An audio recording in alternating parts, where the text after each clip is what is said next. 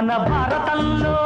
కౌరవులు పాండవులు రాజాలురా ఈ కొండ వీటికి రాజసింహుడొక్కడే రాజురా మన భారతంలో కౌరవులు పాండవులు రాజాలురా ఈ కొండ వీటికి రాజసింహుడొక్కడే రాజురా ఆ రాజు గాదే ఈ రాజు పాట నా పేరే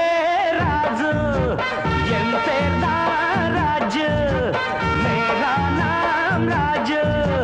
మై నేమ్ ఈజ్ రాజు భాయియోं और बहनों ఈ కొండవీడు వైభవాన్ని చూసి కన్ను కుట్టిన శత్రురాజు ధూమకేతు తన సైన్యంతో దండెత్తి వచ్చాడు